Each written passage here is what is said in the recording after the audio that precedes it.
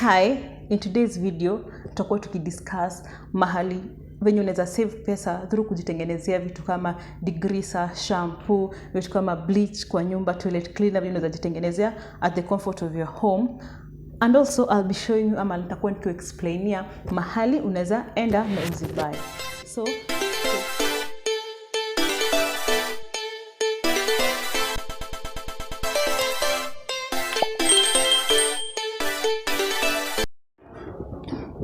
welcome back. Sasa nilikuwa nimesema previously tunakuwa tukidiscuss at least vitu tatu venye unaweza save pesa zako ukijitengeneza hizi vitu kwa nyumba. And mara kitu ya pili kwenye unaweza zitoa hizi vitu, unaona. And the third thing, importance ya kukuwa na hizi vitu at least kwa nyumba. So kitu ya kwanza venye unaweza save, umeenda umenunua kitu kama bleach for 100 bob. Materials ya bleach yenye itakuidia like 5 liters, mostly ni 100 bob. You go unaenda una manufacture, na video yake iko hapa, na nitakuwa nikueletea ile video mna request na kuja ninawekea hapa, unaona. At least zile vitu we need them, yani with a lot of, yani tunahitaji sana kwa nyumba, na nakuletea video unafuata hizo 2 steps. It's very easy kuzitengeneza. Now umeenda ukanunua hiyo material kutengeneza hiyo bleach for 100 bob. Ukaenda ikakuidia 5 liters.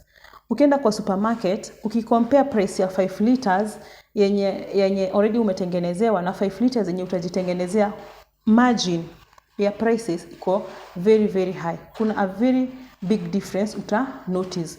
Hiyo pesa uta save from hiyo yenye umejitengenezea, unaweza direct kwa kitu kingine. Unaweza ingia hata kwa chama, unaona, na unaweza na through hiyo chama unaweza nunua vitu zingine za nyumba. Unaweza kama sabuni, it's also very cheap.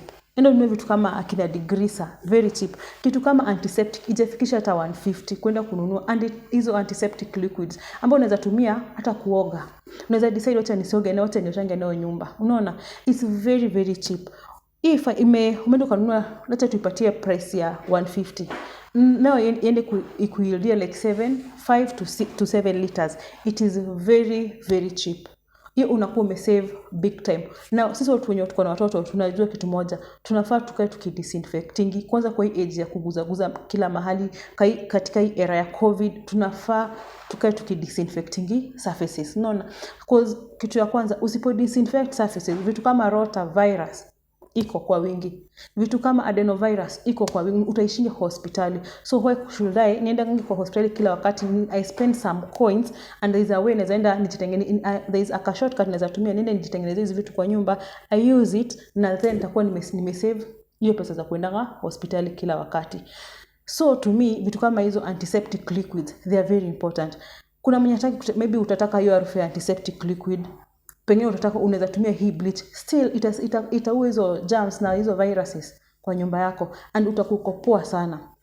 Another thing, vitu kama bleach unazitumia kuwhiten your whites kwa nyumba yako, and itakuwa imekupeleka, yani cleanliness kwa nyumba yako itakuwa level nyingine. Kwa at least hii sile tunapima kuzi unajua price, ukijua ile price kwa supermarket unapima tu kama uko sure unaitumia tu vizuri venye inafaa. You whiten your whites, una disinfect your surfaces. Ukiwa na watoto, hizi ni the necessary things that you need kwa nyumba yako. Vitu kama hizo liquids unazihitaji kufua, maybe kwa wenye unafuanga nguo na vitu kama liquid soap, unahitaji kufua manguo, unahitaji maybe kuosha hiyo nyumba yako. Unaweza tumia hata maybe kuosha vitu kama gari yako, ama kuosha vitu zenye unaweza tumia tu, you think out of the box, vitu unaweza tumia kuioshea. It is very very necessary kuwa na vitu zingine kama hizo, unaona. Another thing, the third thing, tumesema tutakuwa tukidiscuss kwenye unaweza enda kununua hizi vitu, ama kwenye unaweza source hizi materials locally. Ukienda Nairobi, kwenye wako Nairobi, because that's where I am na hapo ndio ninajua, unaenda pale OTC. OTC uko chini. Kulikuwa na supermarket ilikuwa inaitwa Quickmart hapo, but saa hizi inaitwa hiyo supermarket ilikuwa inaitwa Tuskys, but saa hizi inaitwa Quickmart. Hapo first floor yake kuna at least like 2 shops ziko hapo ambazo zinauza hizo materials za kujitengenezea chemicals. Apart from there, hapo tu around kuna hizo duka ambazo zinauza hizo material also, and they are very very cheap.